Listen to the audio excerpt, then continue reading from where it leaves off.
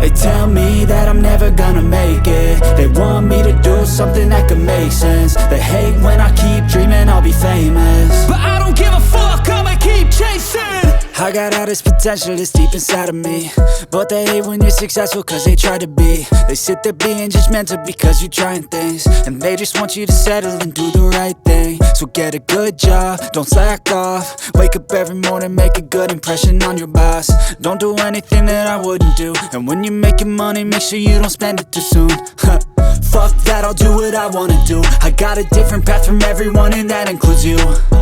Who are you to tell me how to live life? In these times it feels like nobody is right, yeah. So I'ma figure out what else we succeed, and then invest all of my time into that and proceed. I need whatever the hell could make me happy, and I don't think you have a clue what could that be. They tell me that I'm never gonna make it. They want me to do something that could make sense. They hate when I keep dreaming I'll be famous, but I don't give a fuck, I'ma keep chasing.